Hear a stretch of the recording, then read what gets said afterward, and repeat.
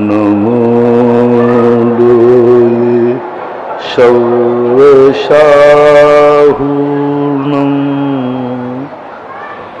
पंच परमेष्टि भगवान की जय। आचार्य श्री गुरुवर कुंद कुंद महाराज की जय। आचार्य श्री गुरुवर विद्यासागर महाराज की जय। परम पूजनीय निर्यापक श्रमण मुनि श्री सुधा सागर जी महाराज की। सभी श्रावक एवं श्रोतागण, सभी जिज्ञासु तो श्री को नमोस्तु करें। नमोस्तु महाराज जी, इच्छामी महाराज जी। राजेंद्र जैन मेरठ से पूछते हैं, नमोस्तु महाराज जी, जिनवाणी की आज्ञा है कि कैसे भी सम्यक दर्शन प्राप्त करो, लेकिन यह भी लिखा है कि सम्यक दर्शन प्राप्त हुआ या नहीं यह हमें पता नहीं चल सकता। तो गुरुदेव, यह तो ऐसा ही हुआ कि कक्षा में पास होने के लिए कहा, लेकिन हम पास हुए या नहीं इसका पता नहीं, तो हम क्या करें? किसी भी चीज के लिए हमें परिभाषा समझना पड़ेगा, और परिभाषा जब किसी चीज की आती है तो उसका लक्षण होता है।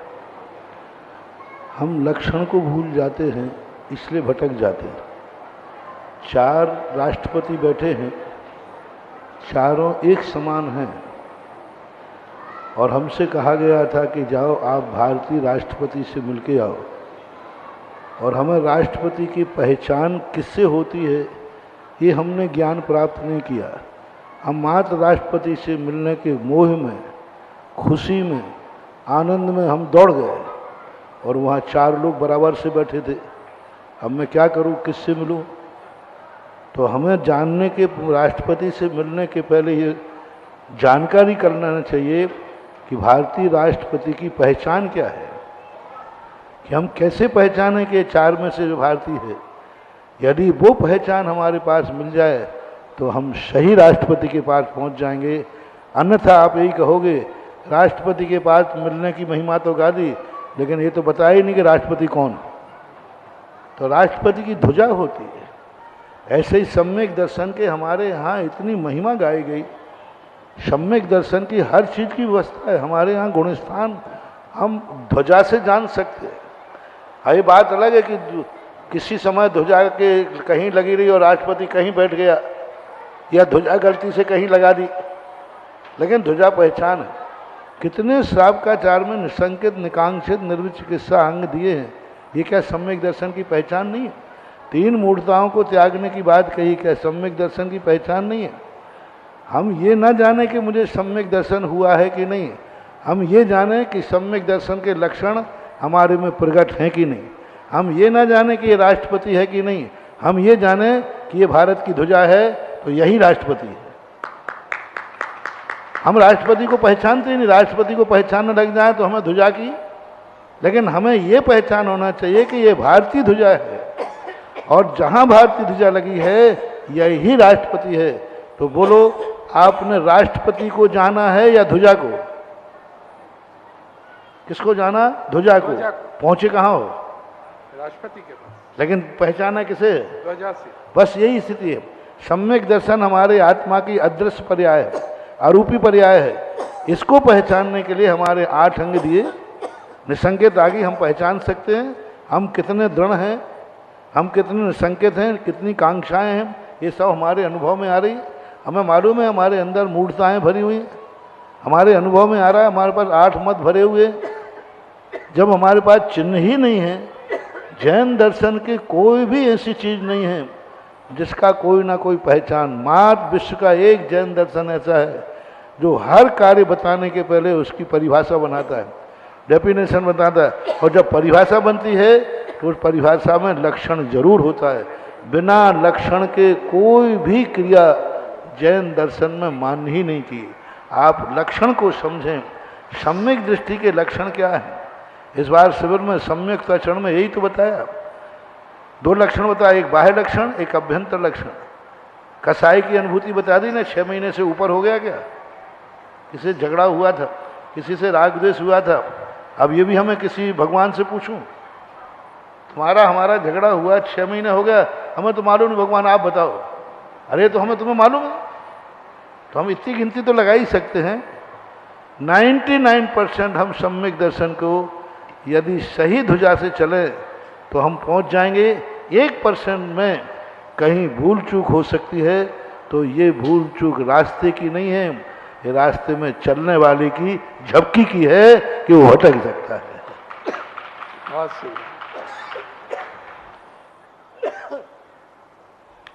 पंकज जैन आगरा से पूछते हैं, नमोस्तु महाराज जी, हम श्रावकों को आहार दान देते समय क्या जनेऊ आदि धारण करने की जैन दर्शन में कोई विधि है या कोई आगम है, पहनना ही चाहिए क्या? मूल आगम में जैन दर्शन में जनेऊ के संबंध में कोई ठोस चर्चा नहीं मिली। जो चर्चाएं मिलती हैं वो ना युक्तियुक्त लगती हैं ना तर्कयुक्त लगती हैं। मूल स्वरूप में जो आगम किसका प्रतीक है ये कोई परिभाषा नहीं, किसका संकेत है ये कोई परिभाषा नहीं दी। जनेऊ के संबंध में आता है, प्रारंभ में जनेऊ 16 श्रृंगारों में आता है। जैसे महिला करधनी पहनती है, ऐसे ही ये पुरुषों का एक है, कंधे से पहना जाता है, नीचे तक लटकता है। ये 16 श्रृंगारों में भी जनेऊ आता है। भरत चक्रवर्ती ने जो जनेऊ की बात करते हैं तो उन्होंने स्वर्ण सूत्र का प्रयोग किया है। उन्होंने उन अहिंसकों को जो घास आदि पे नहीं चले उनको स्वर्ण सूत्र से सम्मानित किया। बाद में कई श्रावकाचारों में यज्ञोपवीत के संबंध में चर्चाएं की गई हैं, लेकिन वो यज्ञोपवीत किसका प्रतीक है, क्यों का प्रतीक है, ये कोई चर्चाएं विशेष नहीं। कोई नाना प्रकार की बातें कहते हैं। कोई कहते हैं प्रतिमाधारी को पहनना चाहिए, अब प्रतिमाधारी को 2 लर वाले 2 प्रतिमा वाले को 2 पहनना चाहिए तो फिर महिला क्या पहने? तो महिला का भी पति पहन ले। अब जिसका पति मर गया हो तो वो क्या पहने? प्रतिमाधारी तो होगी। तो ऐसे बहुत सारे ऐसे हैं। और मूल जो श्रावकाचार हैं उसमें कोई चर्चा नहीं। जैसे पूज्यवर समंत्रभद्र महाराज, पूज्यवर कुंदकुंज स्वामी और जो मूल आचार्य हैं, इस संबंध में कोई विशेष चर्चाएं नहीं की गई हैं। मेरी दृष्टि से यज्ञोपवीत एक संकल्प सूत्र है।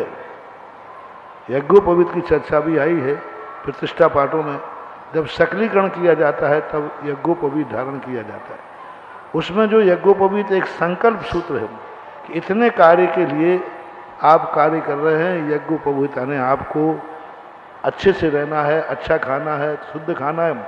और जैसे ही विधान खत्म होता है उस यज्ञोपवीत को उतारने का प्रावधान है कि आपने यज्ञोपवीत आदि जो धारण किए हैं इनको यहीं विसर्जित कीजिए।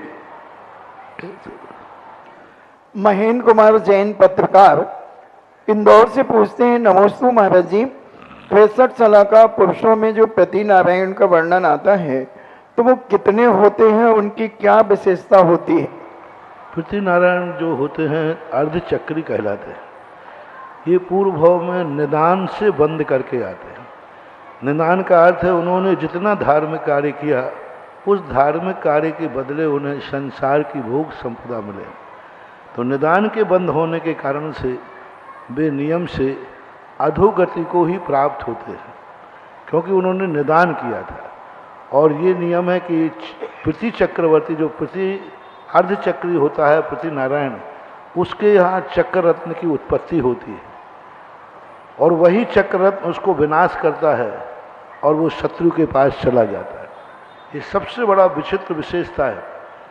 चक्र रत्न उत्पन्न होगा उस अर्धचक्री के पुण्य से, उसके पुण्य से होगा, उसको सुख देगा। अंत में वही चक्र उसका नाश कर देगा और जिसने नाश किया है उसके पास जाकर के उसको चक्रवर्ती बना देगा। ऐसा इसकी विशेषता होती है। चक्रवर्ती के चक्र में ऐसी विशेषता नहीं होती, लेकिन अर्धचक्री की विशेषता थी, क्योंकि वो निदान पूर्वक बनता है। निदान पूर्वक वैभव स्वयघाती होता है। अरुण जैन पाटन से पूछते हैं, नमोस्तु महाराज जी, मानव कर्म करने में कंजूसी नहीं करता, लेकिन जब कर्म का फल उसे मिलता है तो उस कर्म के फल को भोगने की बारी आती है तो सिर्फ पटक पटक करके क्यों रोता है? कर्म करने में कंजूसी तो नहीं करता, लेकिन सही कर्म भी नहीं करता। कर्म तो करता, लेकिन जिस ढंग से कर्म करना चाहिए उस प्रकार से कर्म नहीं करता। और कर्म के जब फल भोगने की बात आती है तो उसका दुरुपयोग कर लेता है। फल तो भोगेगा लेकिन दुरुपयोग करेगा। धन आया है, पुण्य किया है उसने तो धन आएगा, लेकिन धन का दुरुपयोग कर लेता है। तो सही कर्म और सही कर्म के फल का सदुपयोग करता है तो फिर वह कहीं हानिकारक नहीं होता। लेकिन उसका मूल कारण रहता है कि कभी कभी सही कर्म का फल जो होता है वह पापानुबंधी पुण्य हमेशा पुण्य क्रिया से ही बनेगा। लेकिन पाप के लिए जो पुण्य किया जाता है वह जब फल के उदय में आएगा तो पाप ही कराएगा। दो प्रकार का धर्म होता है, दोनों मंदिर आ रहे हैं, दोनों पूजा पाठ कर रहे हैं, दोनों एक संसार के लिए कर रहा है, एक पाप में सफल होने के लिए कर रहा है, एक जुआ में जीतने के लिए कर रहा है, एक चोरी में सफल होने के लिए भगवान के पास गया, वो भी गया भगवान मैं छत्र चलाऊंगा, चोरी में सफल हो जाऊं, आज मैं शांति धारा करूंगा, यदि मैं जुए में जीत गया तो वो भी धर्म ही कर रहा है। लेकिन पाप के लिए जो धर्म किया जाता है वो पापानुबंधी पुण्य कहलाता है। जब भी उदय में आएगा तब वो गलत कार्य ही कराएगा। और जो पुण्यानुबंधी पुण्य होता है, जो धर्म की क्रिया पुण्य के लिए, धर्म के लिए, पापों से बचने के लिए, कर्मों के क्षय के लिए की जाती है, वह क्रिया पुण्यानुबंधी पुण्य कहलाता है। तो जब पापानुबंधी पुण्य का उदय आता है तो हमें लगता है कि महाराज इतना पुण्य किया, इसने इतना धन कमाया, लेकिन पापों में जा रहा है। कमाते समय ही उसने संकल्प किया था कि मैं पाप के लिए कमा रहा हूँ। राजीव जैन अमर पाटन से पूछते हैं, मेरे आराध्य गुरुदेव के चरणों में कोटि सा नमन। महाराज जी, क्या दीर्घ संसारी जीव का चित्त सतत पाप कर्मों में ही लगा रहता है? ऐसी बात है। यदि सतत पाप कर्मों में ही लगा रहेगा तो फिर पुण्य का बंध कब करेगा? पुण्य भी दो प्रकार का होता है, एक नैसर्गिक पुण्य और एक प्रायोगिक पुण्य। प्रायोगिक पुण्य जो होता है नैमित्तिक होता है, और नैसर्गिक पुण्य होता है हमेशा व्यक्ति क्रोध नहीं करता है, कभी तो शांत रहता है। 24 घंटे में वेदनी कर्म में साता वेदनी का कर्म बंध ज़्यादा होता है, क्योंकि 24 घंटे में वो ज़्यादा शांत ज़्यादा रहता है, अशांत कम रहता है। गुस्सा कम करता है, शांत ज़्यादा रहता है, हंसता ज़्यादा है, रोता कम है। आप देखना 24 घंटे में आपकी असाता कर्म का उदय ज़्यादा है कि साता का? 24 घंटे में साता का आप भोजन करने बैठे, साता का उदय खा के बहुत अच्छा है। 24 घंटे में प्रत्येक प्राणी का, खास तौर से त्रसों का, साता कर्म का उदय ज़्यादा रहता है। पुण्य का उदय ज़्यादा रहता है, पाप कर्म का उदय कम होता है। 2 इंद्री से लेकर चालू होता है। पुण्य प्रकृति है, पहली पुण्य प्रकृति है तृष्णाम कर्म, ये पुण्य पूरी जिंदगी भर रहता है। धीरे धीरे आगे बढ़ते जाओ तो मनुष्य पे आओ तो मनुष्य का सबसे ज़्यादा 24 घंटे में पुण्य का उदय और शाता वेदनी कर्म का उदय होता है। आप अपने जीवन में देख लीजिए, 24 घंटे में आप कितनी देर रो सकते हैं, कितनी देर क्रोध कर रहे थे। हाँ, कभी बिच्छू काट ले वो बात अलग है, सामान्यतः तो अपन शांति रहते हैं। तो 24 घंटे में पुण्य का उदय ज़्यादा है, शाता का कर्म का उदय ज़्यादा है, अच्छे कर्म का उदय ज़्यादा है। अब उसके बावजूद भी हम कुछ खोटे करें तो वो हमारी बलिहारी है। कर्म तो हमें अच्छे रूप में ज़्यादा समय, कर्म के बंध के समय भी सबसे ज़्यादा कर्म बंध की बरगणाएँ जनती हैं तो शाता वेदनी को मिलती हैं। बंध के समय सबसे ज़्यादा द्रव्य मिलता है, क्योंकि व्यक्ति को सुखी ज़्यादा रखना है, दुखी कम रखना है। पारमार्थिक दृष्टि से दुखी है, कर्म की दृष्टि से व्यक्ति ज़्यादा सुखी है। मनुष्यों में, देवताओं में, त्रियंशों में, तीनों में कर्म की दृष्टि से देवता सबसे ज़्यादा सुखी, मनुष्य दूसरे नंबर में सबसे ज़्यादा सुखी, त्रियंश भी विकलत्रय सुखी कर्म की विवक्षा में। कर्म सुख देता है क्योंकि ये सब पुण्य की प्रकृतियां हैं, ऐसा मानना चाहिए। आयुषी जैन नोएडा से पूछती हैं, नमोस्तु महाराज जी, आजकल बच्चों के विवाह बहुत मुश्किल से हो रहे हैं, तो लोग यहाँ वहाँ जहाँ तहाँ लोग अपने मस्तक झुका झुका करके मन्नतें मानते हैं, तो क्या यह अनुचित तो है? जो जैन दर्शन में इसका कोई ऐसा उपाय हो जिसमें बच्चे इधर उधर मिथ्यात्व में न जाकर सम्यक मार्ग से अपनी मनोकामना पूरी करें? हमारे जैन दर्शन में सारी व्यवस्थाएं बताई। हमारा जैन दर्शन ऐसा है कि जिसमें हर चीज पर डिस्कशन है। गृहस्थी का एक उन्होंने पुराण लिखा है, गृहस्थी की एक व्यवस्था बनाई। यदि उस व्यवस्था के अनुसार आप चलते हैं तो आपको यदवा तदवा मजबूरी में करने की जरूरत नहीं पड़ेगी। मन मौज से करो वो बात अलग है। आज सबसे ज़्यादा जो हमारे यहाँ व्यवस्था बनाई गई थी कि किसी भी व्यक्ति में परिवार नियोजन नहीं कराना चाहिए। आज सबसे ज़्यादा घातक बन रहा है परिवार नियोजन, जो जैन समाज को, जैन धर्म को घात करेगा। पाप तो छोड़ा नहीं है, पाप के फल से बचने का प्रयास कर रहे हो। जैन दर्शन ये कहता है कि यदि आप पाप छोड़िए, संयम धारण करिए, ब्रह्मचर्य व्रत लीजिए, और ब्रह्मचर्य व्रत यदि आपको संतान ज़्यादा पैदा नहीं करना है, एक ही संतान करना है, तो आप ब्रह्मचर्य व्रत लीजिए, दोनों काम हो जाएंगे। संतान भी कम होगी और आपका संयम पड़ेगा। नहीं, वासना तो ज्यों की त्यों है, पाप तो ज्यों का त्यों है, पर उसके फल से बचना चाहते हैं। यही सबसे बड़े पापी का लक्षण है। पाप से तो बचना चाहता है, तो पाप के फल से तो बचना चाहता है, लेकिन पाप से नहीं बचना चाहता। पाप तो करेगा। तो ये जो विडंबना बन रही है, ये जैन दर्शन के गृहस्थ आश्रम के प्रतिकूल है।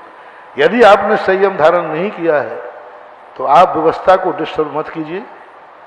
आप उसके फल में जो आ रहा है वो बच्चा पाप से नहीं आ रहा, पुण्य से आ रहा है, क्योंकि जैन के यहाँ आ रहा है।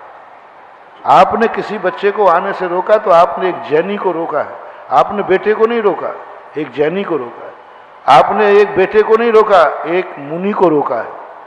आपने एक बेटे को नहीं रोका है, आपने एक नमोकार मंत्र पढ़ने वाले को रोका है।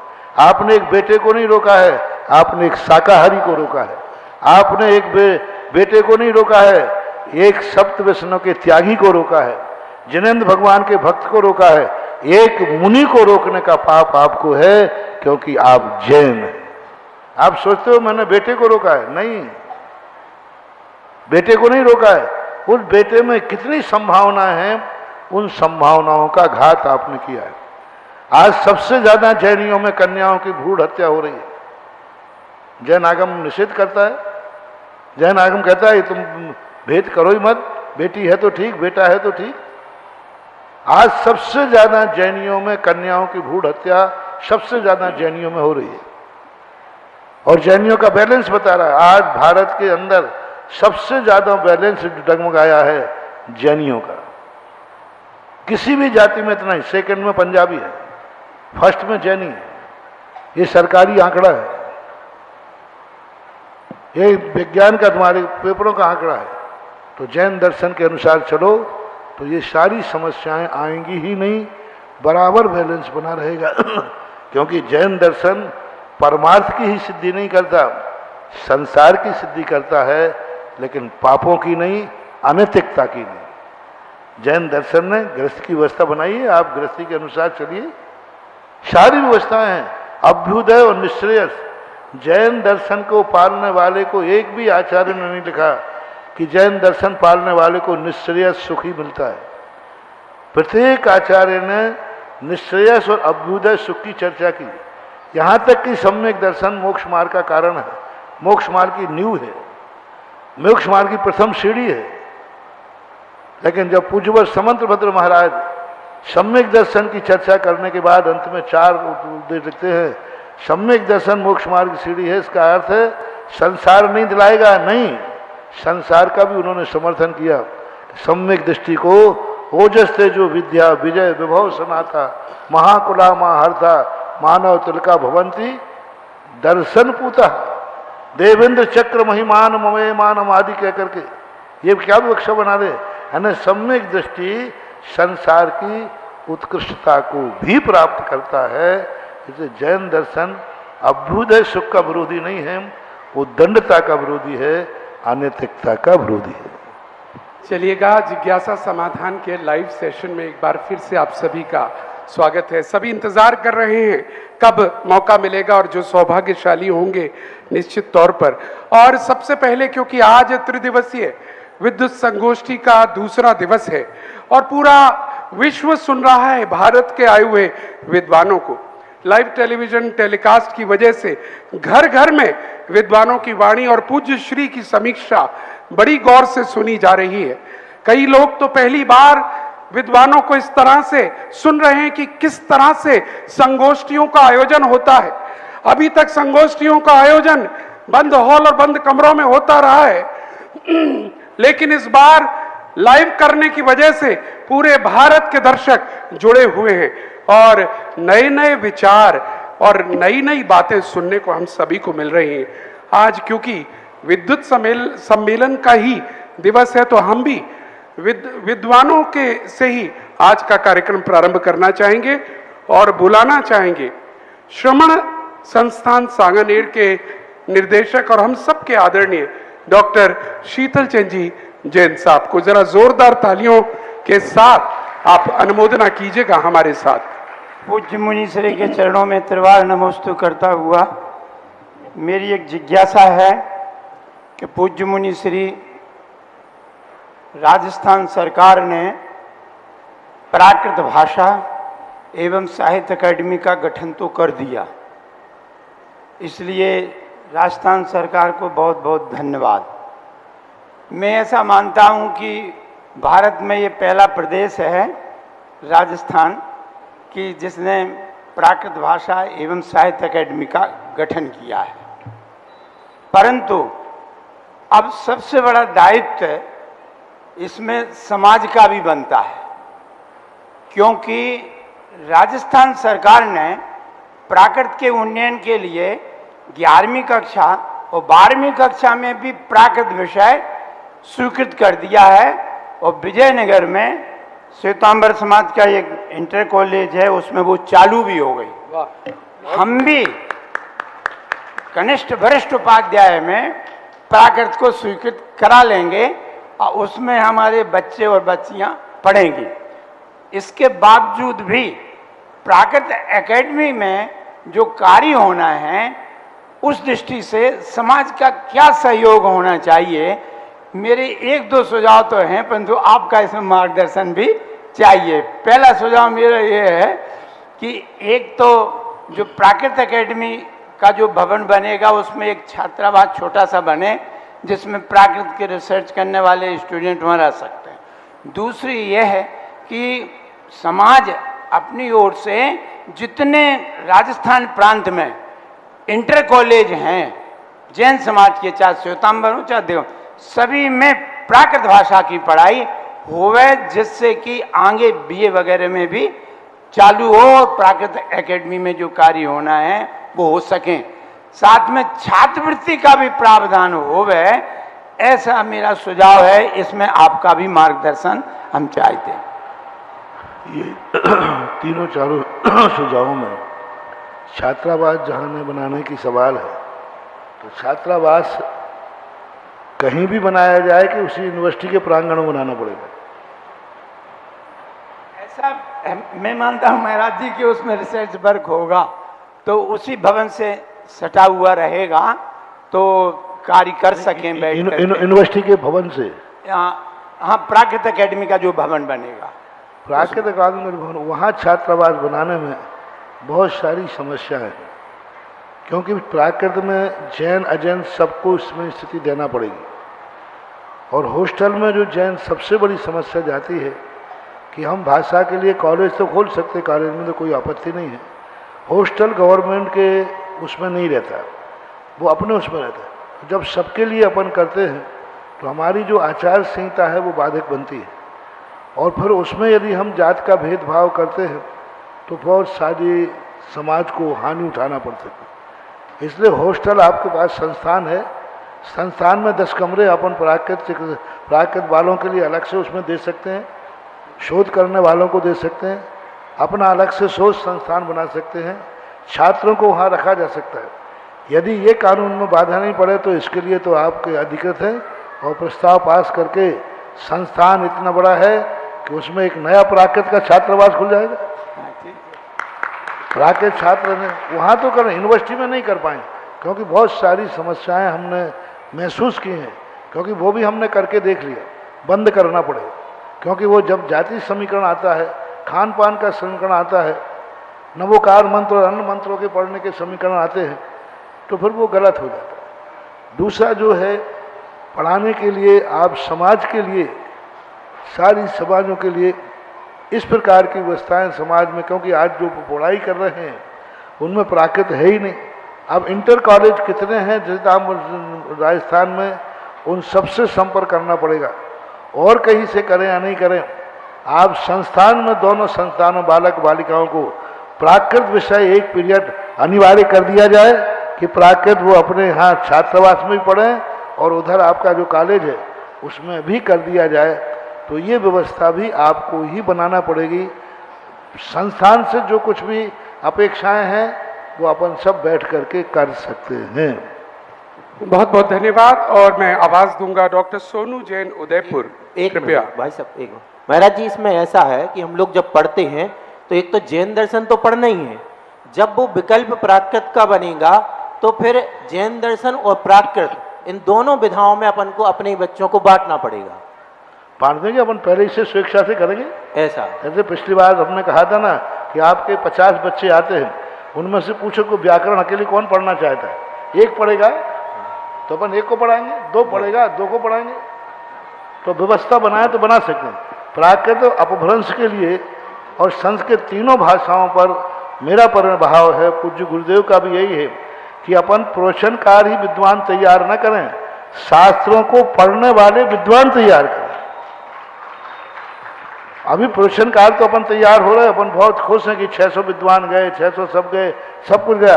लेकिन आज हमारे साहित्य के अभी पुलक जी कह रहे थे कि उन्होंने कहा महाराज जी हमें सब विद्वान हैं, लेकिन ये जब 2500 निर्माण महोत्सव का आया है तो हमें तो यही पता नहीं है कि महावीर स्वामी पर क्या क्या काम हुए हैं और क्या क्या साहित्य लिखा गया।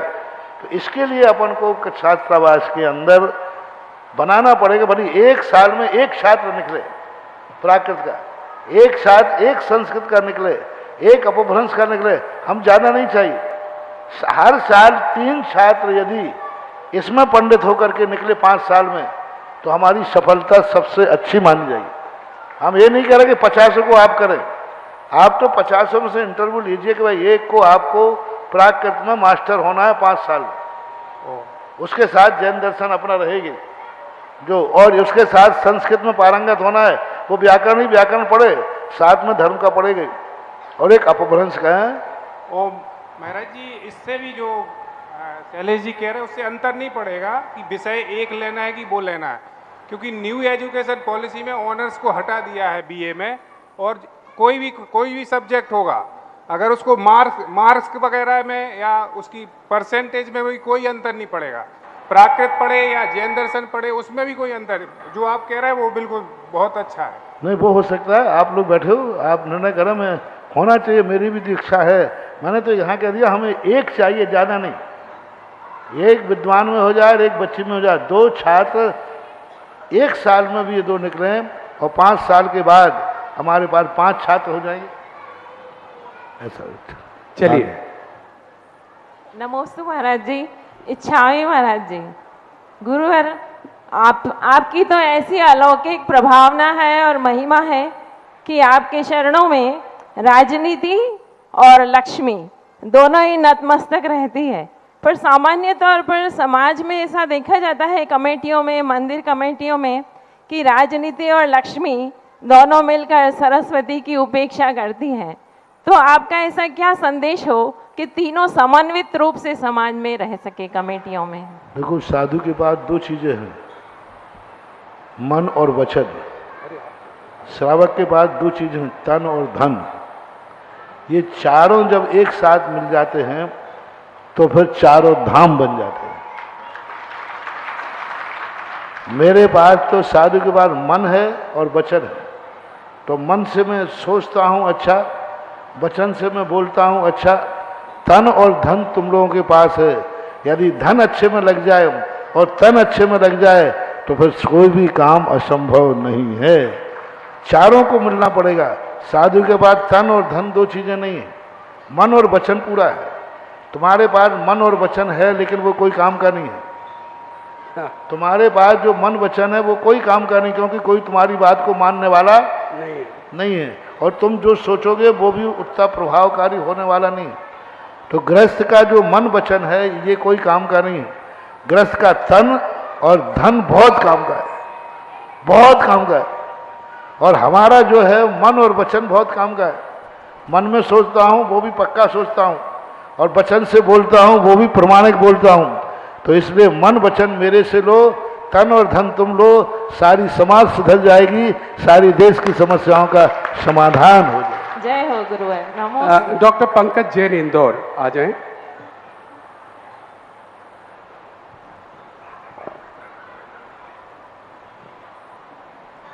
जगत पूज्य निर्यापक श्रमण पूज्य गुरुदेव मुनि पुंगव श्री सुधा सागर जी महाराज के श्री चरणों में बारंबार नमोस्तु नमोस्तु नमोस्तु।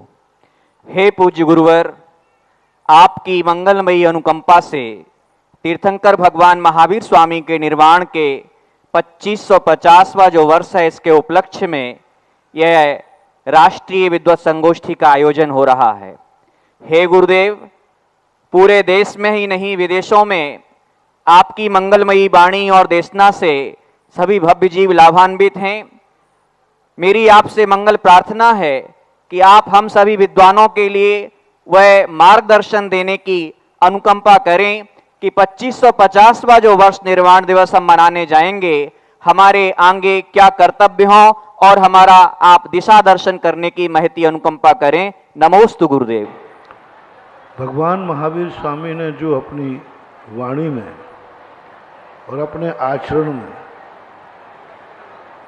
जो उन्होंने उतारा है, यदि उसी को हम प्रचार करें और अपनी जिंदगी में उतारें तो महावीर स्वामी जीवित फिर रह जाएंगे। महावीर स्वामी को जीवित रखने का काम मात्र दो तरीके से हो सकता है, एक आचार पक्ष से और एक ज्ञान पक्ष से। ज्ञान के माध्यम से हम महावीर के सिद्धांतों को दुनिया के सामने ऐसे तर्कपूर्ण ढंग से रखें और ऐसे जीवन से जोड़ दें, उन्हें ये ना लगे कि ये महावीर का सिद्धांत है, उन्हें ये लगे कि हमारी जिंदगी का सिद्धांत है। बहुत बड़े महावीर के सिद्धांतों को जब किसी वस्तु पे किसी का टाइटल लग जाता है तो विरोधी उसको अलग कर देता है। हम ऐसे सिद्ध कहें कि महावीर इन सिद्धांतों के मालिक नहीं हैं, ये महावीर का सिद्धांत नहीं है, ये हमारी जिंदगी का सिद्धांत है, ये हमारी समाज का सिद्धांत है, ये हमारे राष्ट्र का सिद्धांत है, ये दुनिया में शांति से जीने का सिद्धांत है। ये सिद्धांत भले महावीर स्वामी ने बताया था, लेकिन ये सिद्धांत महावीर स्वामी के नहीं है। ये तो इस ढंग से डॉक्टर शंकर दयाल शर्मा ने एक बार कहा था कि ये जो 5 शील व्रत महावीर स्वामी ने बताए, यदि इस पर से महावीर की टाइटल की छाप ना को ध्यान में ना रखा जाए तो विश्व की हर समस्या का समाधान इन 5 शील व्रतों से हो सकता है। क्योंकि वो जैन धर्म में कोई अच्छी वस्तु किसी गंदे व्यक्ति के साथ चली जाती है, कोई अच्छी वस्तु किसी दुश्मन के साथ चली जाती है, कोई अच्छी वस्तु किसी ऐसे व्यक्ति के साथ चली जाती है जिसे जीवन स्वीकार नहीं करता, तो फिर उसकी अच्छी वस्तुएं भी गौण हो जाती।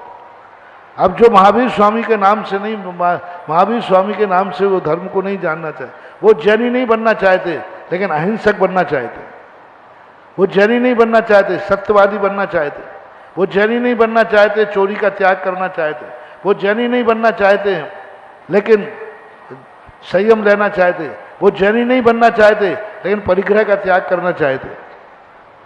तो हमें कहना चाहिए कोई बात नहीं, चलेगा, चांडाल भी यदि 14 का त्याग करता है तो हमें जैनी बनाने की जरूरत नहीं है, हमें अहिंसक बनाने की जरूरत है। तो इस ढंग से यदि हम प्रचार करेंगे तो उनको ये लगेगा कि ये धर्म का परिवर्तन नहीं किया जा रहा है, हमारी जिंदगी को सुधारा जा रहा है। दूसरा तरीका है हम खुद महावीर के सिद्धांतों से स्वयं को और अपनों को उस रूप में परिणत करें। हम खुद महावीर के सिद्धांतों पर चलने का प्रयास करें और उनके चलने के सिद्धांतों को जी करके और उनसे अच्छा जी के दिखा दें जो महावीर के सिद्धांतों के विपरीत हैं, तो अपने आप हम शोरूम बन जाएंगे। और शोरूम यदि अच्छा होगा तो सारे ग्राहक दौड़ के चले आएंगे। पर हमें दिखाना पड़ेगा कि देखो हम महावीर के सिद्धांतों को पालन करते हैं, तुमसे ज़्यादा सुखी है, तुमसे ज़्यादा समृद्ध है, तुमसे ज़्यादा धनवान है, तुमसे ज़्यादा ज्ञानवान है, तुमसे ज़्यादा हम स्वस्थ हैं। ये सारी चीज़ें हमें सिद्ध करना पड़ेंगी। अब इस सिद्धि के लिए आपको क्या प्रयास करना है वो आपको सोचना है। हमें ये नहीं करना है कि महावीर स्वामी का धर्म बना, पंडितों को बदनाम कर दिया कि जो पंडित बनते हैं सरस्वती और लक्ष्मी एक साथ नहीं रहती। अब कौन पंडित बनेगा, कौन बनेगा? ये सब ने प्रचार कर दिया लक्ष्मी और सरस्वती दोनों एक साथ। ये सौतने हैं, सौतने। अरे मैंने तो किसी शास्त्र में सौतन नहीं पढ़ा, किसी भी शास्त्र में सौतन नहीं पढ़ा। पता नहीं लक्ष्मी और सरस्वती को सौतन किसने बना दिया। हमें तो ये जरूर पढ़ा है लक्ष्मी और सरस्वती दोनों बहनें हैं, दोनों बहनें हैं। तो हमें ये करके दिखाएं कि ज्ञान के साथ धन भी कमा के दिखाएं। ज्ञान प्राप्त करने के बाद निकम्बे ना बने, पुरुषार्थहीन न बने, गृहस्थ होकर के ऐसे ज्ञानवान बने कि लोग समझें कि ज्ञान के साथ सरस्वती भी रहती है और सरस्वती के साथ धन भी रहता है। ऐसा हमें कुछ करना पड़ेगा। नमोकार मंत्र की यदि महिमा गाना है तो शीशे पे चढ़ करके काटना पड़ेगा, नीचे मत गिर जाना, तो नमोकार मंत्र की महिमा बढ़ जाएगी। हमें दिखाना पड़ेगा, यदि सिद्ध चक्र मंडल विधान की महिमा बताना है तो हमें कोड़ियों के कोड़ दूर करके दिखाना पड़ेगा। देखें जैन धर्म की कैसे प्रभावना नहीं होती है। जितनी भी व्रत कथाएं हैं उन सब में यही हुआ। हर कथा नायक ने उस कथा को, उस व्रत को अपनी जिंदगी में जी के दिखा दिया। मैना सुंदरी ने कहा नहीं कि सिद्धों में महान महिमा होती है, उन्होंने कहा सिद्धों में महिमा होती है, लो मैं करके दिखाती हूँ। तो हमें जैन धर्म के सिद्धांतों को स्वयं प्रैक्टिकल करके सिद्ध करके दुनिया को दिखाना है। और एक बार दिखा दिया तो दुनिया पीछे पीछे दौड़ी चली आएगी। ये दो मार्ग हैं महावीर को जीवित रखने के। चलिए, जिससे पहले मैं अगले प्रश्नकर्ता को आवाज दूं, क्योंकि आज 2 दिन से भगवान महावीर के 2550वें निर्वाण महोत्सव की आवाज इस पंडाल से पूरे भारत में गूंज रही है, लेकिन ये आवाज बहुत धीमी है। आज बहुत बड़े विद्वान यहाँ बैठे हैं, पूज्य गुरुदेव के समक्ष कहना चाहूंगा, 2500वें वर्ष में जब प्रातःकाल बात भी आई थी, एक ध्वज, एक चिन्ह और एक ग्रंथ की रचना करके पूरे भारत की जैन समाज एक बहुत बड़े स्तर पर इस आयोजन को बनाई थी। घर घर में, हर गांव में इस आयोजन को मनाया गया था। परंतु इस बार अभी तक जो देखने में आया, ये एक सार्वजनिक संगोष्ठी के अलावा दिल्ली में कुछ गोष्ठियां जो कुछ मात्र नेताओं के मध्य हुई हैं, ऐसा कोई बड़ा आयोजन, बड़ी तैयारी अभी दिखाई नहीं पड़ रही कि हम भगवान महावीर के 2500वें निर्वाण दिवस की तरह से 2550वां निर्वाण दिवस मनाएं। आज पूज्य गुरुदेव आपके सानिध्य में इतने विद्वान आए हैं और क्योंकि पूरा विश्व सुन रहा है, हमें ऐसा दिशा निर्देश और दीजिएगा, क्योंकि आज जब तक दिखाया ना जाए तब तक कोई मानता नहीं है। और हमें भी दिखाना पड़ेगा कि भगवान महावीर का 2550वां निर्वाण महोत्सव वर्ष प्रारंभ हो रहा है। क्या क्या आयोजन करें, कैसे करें, पूरे वर्ष के लिए किस तरह से करें, कुछ मार्ग निर्देशन पूज्य गुरुदेव आपकी तरफ से आए तो आगे बात बढ़ेगी।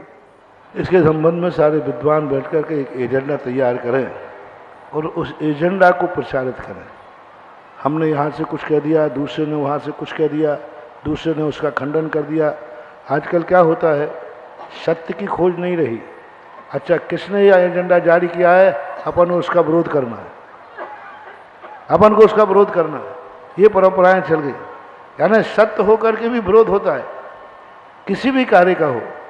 तो हमारे लिए सबको बैठ करके एक अंतर्राष्ट्रीय एक एजेंडा पास करें जो सभी लोग फॉलो करें, और जो सभी लोग पास करेंगे उसको सबसे पहले मैं फॉलो करूंगा।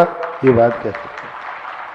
चलिए, बहुत बहुत धन्यवाद। और अब आगे बढ़ना चाहेंगे और बुलाना चाहूंगा पंडित अशोक जी शास्त्री, आइएगा और अपनी बात को रखिएगा। और इसके बाद तैयार रहिएगा श्रीमती आशा जी जैन, रेहली पटनागंज, माइक उधर पहुंचा दीजिएगा। परम पूज्य निर्यापक श्रवण मुनि श्री 108 सुधा सागर जी महाराज के चरणों में हमारे परिवार की ओर से त्रिवार नमस्ते। महाराज जी, अभी अभी आपने एक बात कही कि सरस्वती और लक्ष्मी बहने बहने हैं। मेरे मन में अचानक प्रश्न उठा, उसके पहले बहने बहने नहीं थी। जब से श्रमण संस्कृति संस्थान का निर्माण हुआ और वहां से हजारों शिक्षक बन गए, तब से बहने बहने हो गई। नहीं तो पहले कहावत थी, फूटी आंख विवेक की कहा करें जगदीश, और चंद्रकला को 300 मनी राम को 30।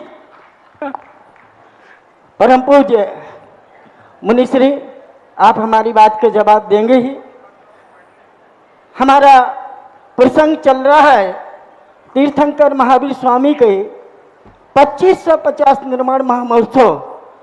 इसी संबंध में मैं समझता हूं, परम पूज्य मुनिश्री, कल का हमारा आलेख आपके जैन धर्म के संरक्षण में आपका क्या योगदान है। प्रातःकालीन आपने प्रवचन में कहा था कि मैंने कितने तीर्थों का जीर्णोद्धार कराया, कितने तीर्थ बनवाए, मुझे नहीं पता। परंतु महाराज जी, जब हमने देखा किताबों को, तो 46 तीर्थ क्षेत्रों की आपने जीर्णोद्धार कराया और 2550 वर्ष में केवल 5 बाकी हैं, 44 बन चुके हैं और 45वां लोकोदय क्षेत्र आगरा में बनने जा रहा है, जो कि भारतवर्ष के में ही नहीं बल्कि विश्व के इतिहास में 25 एकड़ बनने के लिए जा रहा है। हे प्रभु, 5 सोपान के बाद हमारी नजर में तो आज भी आप महावीर हैं, और 5 क्षेत्रों का जीर्णोद्धार होने के बाद भारतवर्ष के महावीर आप ही होंगे, ऐसी मेरी भावना है। जिज्ञासा जिज्ञासा जिज्ञासा बोलो भाई। जिज्ञासा महाराज जी, आपके सामने तो जिज्ञासा कर ही नहीं सकते। मैंने तो, चलो मैं बता देता हूँ। मेरा योगदान, यदि आप पूछना चाहते हो कि महावीर स्वामी को, मेरा योगदान तो सबसे बड़ा योगदान है। जो महावीर स्वामी चाहते थे, मैंने स्वयं बन करके दिखा दिया। वो चाहते हैं कि मुनि बनो, मोक्ष मार्ग की तरफ बढ़ो, मैंने कदम बढ़ाना शुरू कर दिया। अब कितने चल पाएंगे, कितना नहीं चल पाएंगे, वो सर्वज्ञ ज्ञान में जान ले। उन्होंने तो कहा कि कदम बढ़ाओ, तो मैंने बढ़ा दिया और बढ़ रहा हूँ। सबसे बड़ा योगदान यही है कि महापुरुषों के वचनों के तद्रूप अपनी जिंदगी को ढाल देना, यही सबसे बड़ा योगदान कहलाता है। दूसरा, जो सारी चीज़ें हैं तो एक सब नैमित्तिक बनती हैं। सुबह जो क्षेत्रों पर चर्चा आई थी ना, क्षेत्र पर एक लेख था सुबह, उसमें समय नहीं था। सबसे बड़े सारे तीर्थ क्षेत्र गिनाए, सब कुछ लिखाए, लेकिन सबसे बड़ा तीर्थ क्षेत्र आगरा का लोकोदय का नाम ही नहीं आया। और लोकोदय तीर्थ क्षेत्र वो बनने वाला है जो शायद विश्व में तो अभी नहीं होगा, क्योंकि यहाँ सवाल कंपटीशन का है। जैसे आप लोग घर में कैसे भी बैठे रहते हो, अंडरवियर बनियान पर भी चलता है, लेकिन बाहर जाते हो तो थोड़ा बंद हो। यहाँ कंपटीशन का सवाल है। आज दुनिया की सबसे बड़ी आकर्षक इमारत यहाँ बनी हुई है, जिसका नाम ताजमहल है। तो उसके बाजू में उससे भी बढ़ के आकर्षण केंद्र बनना चाहिए, तभी तो ये बनाएगा। नहीं तो तीर्थों में तुमने 45-46 का एक और जुड़ गया। नहीं, एक जुड़ना नहीं चाहिए, एक उन 45 पर इसका कलशारोहण होना चाहिए। जुड़ने की संख्या तो कितने जोड़ते जाओ, लेकिन ऊपर बनाना बहुत बड़ी चीज होती है। चलें आगे। नमस्ते। चलिए, आज लोकोदय की जब बात आई और आज बहुत सारे विद्वान पूरे विश्व से यहाँ पर आए हैं और एक अंतरराष्ट्रीय तीर्थ क्षेत्र जैसा गुरुदेव ने कहा, क्योंकि यहाँ पर जो पर्यटक उतरता है वो पूरे भारत का नहीं, पूरे विश्व का पर्यटक उतरता है। और सबसे पहले यहाँ पर 2 पते बताए जाते हैं। पहले एक पता था, पहले लोग कहते थे आप ताजमहल जाइएगा, लेकिन दूसरा पता जो 100 वर्ष से एक इमारत बन रही थी दयाल बाग, उसका पता है, वहां भी किलोमीटर लंबी लाइन है। मित्रों, इस दो पतों को सबसे आगे करना है हम सबको मिलकर, और पूरे भारत को और विश्व को मिलकर अंतर्राष्ट्रीय तीर्थ लोकोदय को बनाकर। जो परिकल्पना पूज्य श्री ने की है, मध्य में एक संगमरमर का ऐसा खूबसूरत जिन मंदिर कि आदमी दर्शन करता रह जाए, उसके चारों तरफ बाग बगीचे उद्यान, और उसके चारों तरफ 24 त्रिकाल 24 के बड़े बड़े विशाल जिन मंदिर, परिक्रमा लगाता जाए, आनंदित होता जाए, भारत की असली शिल्प कला वहां पर दिखाई जाए। आगे मुड़ता है तो नंदीश्वर द्वीप, वो भी 3-4 एकड़ के अंदर, एक हॉल के अंदर नहीं, खुला हुआ नंदीश्वर द्वीप, और जिसमें चारों तरफ समुद्र बने हुए हैं, और 8वां द्वीप नंदीश्वर भासरम। हो सकता है बोटिंग करके आपको मुख्य द्वीप पर जाना पड़े, और खुले में वो 52 जिनाले जिनकी रचना छोटे से मॉडल के रूप में कर दी जाती है, वो वहां पर हो, ऐसी परिकल्पना। ये एक हिस्सा बताया है पूज्यवर ने, उन्होंने कहा ये कंप्लीट करोगे तो हिस्सा नंबर 2 बताऊंगा।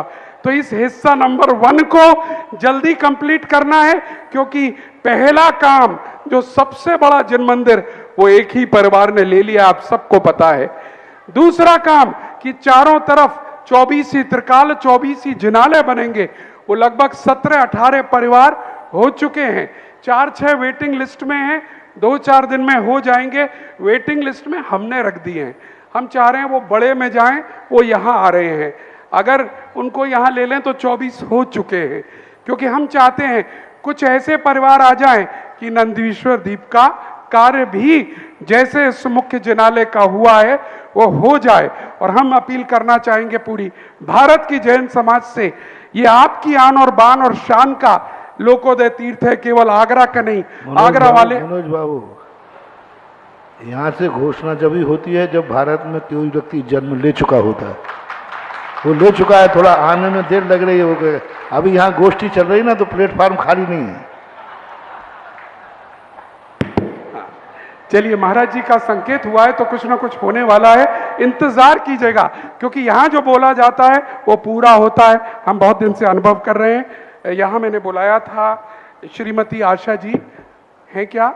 चलिए, मैं बुलाना चाह रहा हूँ डॉक्टर सुरेंद्र जी भारती, एक और हस्ताक्षर, उनको जरा जोरदार तालियों के साथ हम चाहेंगे उनका स्वागत करें। परम पूज्य लोकोपकारी निर्यापक मुनि पुंगव श्री सुधा सागर जी महाराज के चरणों में त्रिवार नमोस्तु। पूज्य क्षुल्लक श्री गंभीर सागर जी महाराज के चरणों में सादर इच्छामि। पूज्य श्री जैन धर्म के लिए निरापेक्षो बंधु की संज्ञा दी गई है। दूसरी ओर हमारे यहाँ न धर्मो धर्म कई बिना कहा गया है। और आज यह देखते हैं, अभी जो गुणस्थानों की चर्चा चल रही थी कि जो गुणस्थानों में ऊपर चढ़ रहे हैं वे ही उनमें से कुछ लोग बड़े बड़े षड्यंत्र के रचयिता बन रहे हैं, एक दूसरे का विरोध कर रहे हैं। समाज में एक ऐसे अपनी परंपरा के पोषी लोगों को तैयार करने के लिए उपदेश भी देते हैं। तो ऐसे वृत्तियों और महावृत्तियों के गुणस्थान की स्थिति क्या होगी या उनका भविष्य क्या होगा, यह भी हम सबके लिए जानने की जिज्ञासा है। दूसरी बात ये कि ऐसे में जो वास्तविक धर्म है, वास्तविक सत्य है, वास्तविक स्वरूप है, उसकी पहचान हम सब कैसे करें, इस विषय में आपका आशीर्वाद, आपका मार्गदर्शन अपेक्षित है। पहली बात, उनका गुणस्थान की तो बात दूर रही, ऐसे लोगों को तो व्रत ही नहीं। भेष तो नारद भी धारण करता था, सदा भेष जो धारण करते थे, देशभक्ति का जो भेष होता है, जो प्रतिमाधारियों का भेष होता है, जो क्षुल्लक जी का भेष होता है, वही भेष जिंदगी भर धारण किए रहा नारद। लेकिन नारद होने के बाद उनके बाद व्रत नहीं माना गया, ब्रह्मचर्य था। अखंड ब्रह्मचर्य होता है नारद का, लेकिन उसके बावजूद भी, और भेष भी वृत्ति का होता है, लेकिन वह ना तो वृत्ति है और ना गुण स्थान है।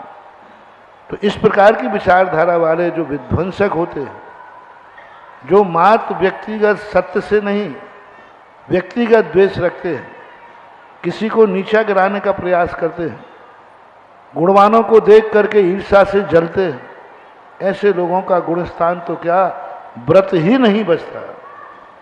भेष अकेले का नाम व्रत नहीं है, द्रव्य व्रत भी आचरण में आता है। द्रव्य व्रत भी का भी एक नियम होता है। द्रव्य व्रत में भी लेशाएं अशुभ हों ऐसा नहीं। यदि द्रव्य व्रत में लेशाएं अशुभ हैं तो वो द्रव्य व्रत भी नहीं है। द्रव्य व्रत के साथ में शुभ लेशाएं होना चाहिए, तभी वो व्रत देवागति गति का कारण बनता है। यदि व्रत लेने के बाद कृष्ण लेशा है तो उसे देवगति का बंध नहीं होगा, क्योंकि देवगति के बंध के लिए कृष्णादि लेशाएं को कारण नहीं है। द्रव्य व्रत है लेकिन उसे शुभ लेशा चाहिए, तभी वो देवगति का बंध करेगा, देवायु का बंध करेगा और देव पर्याय में जाएगा। और यदि व्रत आदि लेने का एक कृष्ण लेशा के परिणाम शास्त्रों में कहें, पूज्यवर नेमिचंद महाराज ने अभी गौमठ सारदीप कांड में लेशाओं की बड़ी विशद व्याख्या की। उन्होंने लेशाओं के परिणाम लिखे कि किस प्रकार का परिणाम तुम्हारा हो रहा है, तो आपकी लेशा कौन है, और लेशा के अनुसार उन्होंने गत्या गति पर विचार किया। तो इस संबंध में तो व्यक्ति, कुछ लोग ऐसे होते हैं जो सत्य को जानते हुए भी सत्य का पक्ष नहीं रख पाते, क्योंकि उनके अंदर भी आ जाता है कौन किससे बुराई लेवे मोर, कौन झगड़े फंडे में पड़े। तो वह धीरे धीरे सत्य त्रोहित हो जाता है, असत्य हावी हो जाता है। लेकिन असत्य कितना भी हावी हो जाए, अंत में जीत सत्य की ही होती है, क्योंकि असत्य के पार पैर नहीं होते। सत्य जमीन से जुड़ा हुआ होता है। सत्य सूली पर चढ़ सकता है, लेकिन सत्य को सूली लग नहीं सकती। असत्य कितना भी अपने आप में फैलाव करे, अंत में सत्य को कहीं ना कहीं से, आपने देखा है पिक्चरें आप लोग देखते हो, खलनायक जिंदगी भर पूरी पिक्चर में सुखी रहता है और हीरो पूरी पिक्चर में जितना ज्यादा उसको दुख दिया जाए, अधिक से अधिक दुख दिया जाए, अंत में 5 मिनट में पासा पलटता है। खलनायक खत्म और हीरो जीत जाता है। और जैसे हीरो के सुख के दिन आए, पिक्चर है समझ में नहीं आए दुनिया की पिक्चर क्या है। जब तक खलनायक बढ़िया रहा, खलनायक का ऐशो आराम चलता रहा, तब तक पिक्चर बहुत बढ़िया चलती है। और जैसे ही खलनायक का अंत हुआ, अब हीरो के सुख के दिन आए, यानी आप लोगों को हीरो के सुख के दिन देखना पसंद ही नहीं है। तुम्हें तो खलनायक के सुख देखना है कि खलनायक कैसे सुखी होता है। पर अंत में जाकर के 5 मिनट में ही हीरो का सब कमाल होता है। ऐसे ही सत्य वो हीरो है, असत्य खलनायक कितना भी 2 घंटे 55 मिनट कितना भी वो अपना तांडव मचावे, लेकिन अंत में सत्य रूपी हीरो जीत करके विजय प्राप्त करता है। यही सिद्धांत हमें सोचना चाहिए। नमस्ते गुरु। चलिए, आज की अंतिम जिज्ञासा के रूप में आवाज देना चाहूंगा श्री दिगंबर जैन श्रमण संस्कृति संस्थान के उप प्राचार्य डॉक्टर किरण प्रकाश जी जैन। और डॉक्टर किरण प्रकाश जी को इस बार कोलकाता जाने का सौभाग्य मिला था और मुझे बताया गया है आपके प्रयासों से कोलकाता समाज से जहां गए थे 37 लाख रुपए की राशि वहां पर एकत्रित हुई गई, जिसमें 2 शिरोमणि संरक्षक जिनका नाम हम अवश्य लेना चाहेंगे, श्रीमती ममता जी अशोक जी सेठी और श्रीमान दौलत जी रोशन जी पाटनी, और अनेक और भी लोग थे। जरा तालियों के साथ अनुमोदना कर दीजिएगा कोलकाता समाज की। पूज्य गुरुदेव की श्री चरणों में बारंबार नमोस्तु। शुल्लक महाराज जी के चरणों में इच्छामि। महाराज जी, हमारी जिज्ञासा ये है, शास्त्रों के अध्ययन से जब हम सभी कोई भी सूत्र आदि पढ़ते हैं या श्लोक आदि पढ़ते हैं तो उसमें जो क्रम दिया जाता है उसका एक विशेष महत्व हुआ करता है। काय वांग मनः कर्म योग है, तो पहले काय योग को क्यों लिया, फिर बाद में वचन योग को क्यों लिया और मनः योग को क्यों लास्ट में लिया, इसका एक नियम बनाया गया है। इसी के अंतर्गत ये जिज्ञासा है महाराज जी कि सबसे छोटे जीव की अगर हम चर्चा करते हैं तो वो निगोदिया जीव होता है, और निगोदिया जीव वनस्पति कायिक के अंतर्गत आता है। उस दृष्टि से जब हम पंच स्थावर की चर्चा करते हैं तो पहले पृथ्वी कायिक, जल कायिक, अग्नि कायिक, वायु कायिक को लिया और फिर अंत में वनस्पति कायिक को लिया। जबकि एक सबसे नीचे के क्रम से अगर हम ऊपर तक बढ़ते हैं तो एक इंद्रिय, दो इंद्रिय, तीन इंद्रिय, चार इंद्रिय और पंचेंद्रिय, और उस एक इंद्रिय में भी सबसे छोटी जीव की जब चर्चा करेंगे, क्योंकि उसे में जब बादर और निगोदिया आदि की चर्चा करते हैं तो सबसे छोटा जीव वनस्पति कायिक में साधारण जीव को कहा गया है, तो उसको अंत में क्यों लिया गया, ये हमारी जिज्ञासा है। कभी कभी विवक्षा बनाने वाला व्यक्ति किसको विवक्षा बना रहा है? संख्या को यदि विवक्षा बना रहा है तो अल्प संख्या को पहले रखा जाएगा, अधिक संख्या को बाद में रखा जाएगा। कभी कभी स्थूलता की अपेक्षा से बनाया जाता है तो स्थूलता को पहले रखा जाएगा, सूक्ष्म को बाद में रखा जाएगा। जैसे आपने देखा होगा औदारिक शरीर को पहले रखा, कार्बन तेजस को लास्ट में, क्योंकि वो सूक्ष्म है। और वहाँ किसकी विवक्षा बनाई गई? संख्या की नहीं, स्थूल की। स्थूल को विवक्षा बना दिया गया, और स्थूल को विवक्षा बना करके उन्होंने क्रम रख दिया गया। इसी प्रकार पृथ्वी काय, वनस्पति काय में, इनमें पृथ्वी काय की जो स्थूलता है और स्थूलता को ध्यान में रख करके इसकी विवक्षा बनाई गई है कि पहले स्थूल पृथ्वी, जल, अग्नि, वायु और वनस्पति एक। दूसरा संख्या की अपेक्षा से, संख्या की अपेक्षा से भी इनकी विवक्षा बनाई गई। पृथ्वी काय जीव की जो संख्या है वो कम है, फिर जल काय की जीव, फिर अग्नि काय की, फिर वायु काय का, फिर वनस्पति काय की। इस विवक्षा रखने वाले के ऊपर रहता है वो किसको मुख कर रहा है, उसके अनुसार आगे पीछे कर दिया जाता है। क्या महाराज जी किन्हीं शास्त्रों में ऐसा भी मिलता है कि इन पांचों स्थावरों के नाम आगे पीछे भी हो सकते हैं? वो कभी कभी काव्य गाथा के क्रम में जी आगे पीछे कर दिए गए। वो गाथा में जब उनकी मात्राएं आदि नहीं मिलती हैं जी तो आगे पीछे कर दिए गए, बाकी सामान्यता तो यही कथन चलता है। नमस्ते महाराज। चलिएगा, एक घोषणा के साथ आगे बढ़ना चाहेंगे, और घोषणा है सांगानेर के असीम कालीन विधान के लिए श्री पर्व जैन पुत्र श्री प्रतीक जैन के लिए श्री तारा। घोषणाएं एक दिन बात करें, चलिए सभी घोषणाएं बंद रखें। घोषणाएं बाद में करेंगे, लेकिन अभी समय कहता है कि आरती के लिए हम तैयारी कर लें। और आरती के मुख्य पुण्यार्जक का सौभाग्य आज हमें मिला है। हमारे मध्य हैं जयंती परिवार। जरा जोरदार तालियों के साथ हम अनुरोध करेंगे पूरा परिवार आए, और उन्होंने 51,000 रुपए की न्योछावर राशि यहाँ प्रदान की है। पूरा परिवार आ जाए। दूसरी आरती के रूप में 11,000 की पुण्यार्जक के रूप में श्री अभिषेक जैन जी कमला नगर हमारे मध्य आ जाएं। तीसरे परिवार के रूप में श्री ज्ञानेंद्र जी, संजय जी, नीरज जी गदिया सूरत भी यहाँ पर आ जाएं। चौथा परिवार एक और आ सकता है, अगर किन्हीं के भाव हों, मात्र 11,000 रुपए में आप यहाँ पर आ सकते हैं। चौथा नाम, हाँ कोई बात नहीं, हाँ फर्स्ट 2 थाल दे दीजिएगा, जयंती परिवार को 2 थाल दे दीजिएगा। हाँ, और चौथा नाम अगर किसी के भाव हो हाथ खड़ा कर दे, मात्र 11,000 रुपए में मौका मिलेगा मंच पर आकर आरती करने का। हम 3 नाम बोल चुके हैं। चौथा नाम अगर किसी के भाव हो तो शीघ्रता से हमारे मध्य आकर नाम बोल दें। और चौथा नाम भी आ चुका है, श्रीमान महेश जी जैन दूध वाले अलवर आ जाएं परिवार के साथ, और 5 थाल दे दें।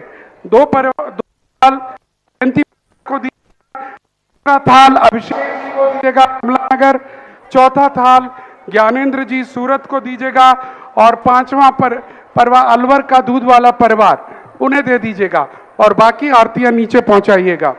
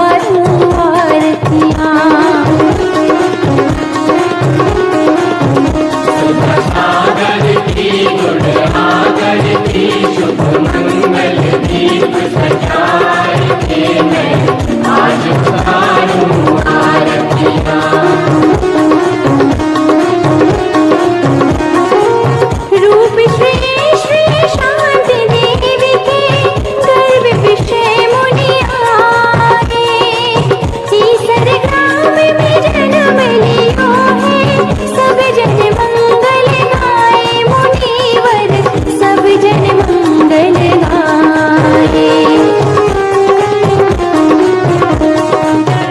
नारागी खिला द्वेषी खिले आत्म ज्योति जगाए हो, मैं आज उतारूं आरतियां।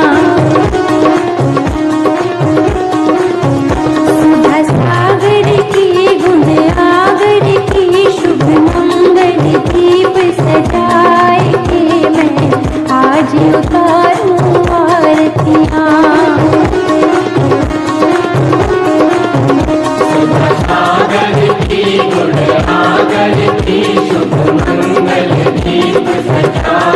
के मैं आज उतारूं आरतियां। गुरु उपवास व्रतों के धारे, आत्म ब्रह्म विहारे, खड्ग धार शिव पथ पर चलकर, शिथिलाचार निवारे मुनिवर, शिथिलाचार निवारे। ग्रह त्यागी की वैरागी खिले, दीप सुमन का थाल हो, मैं आज उतारूं आरतियां। सुधा सागर की गुण आगर की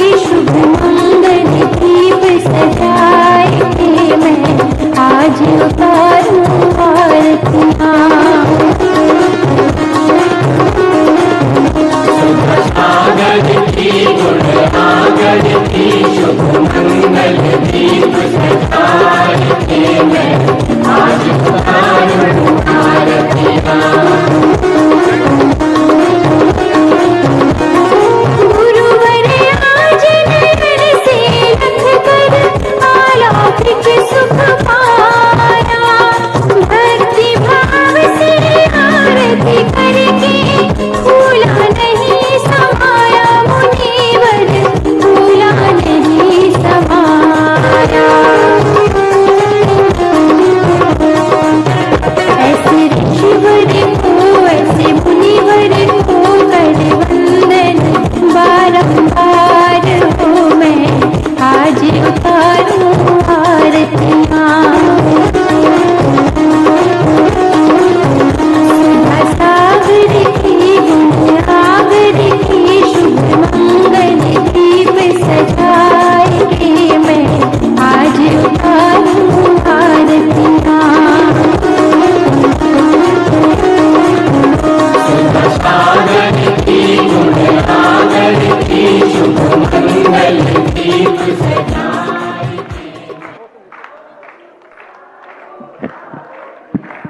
जयकारा गुरुदेव का, जयकारा गुरुदेव का, जयकारा।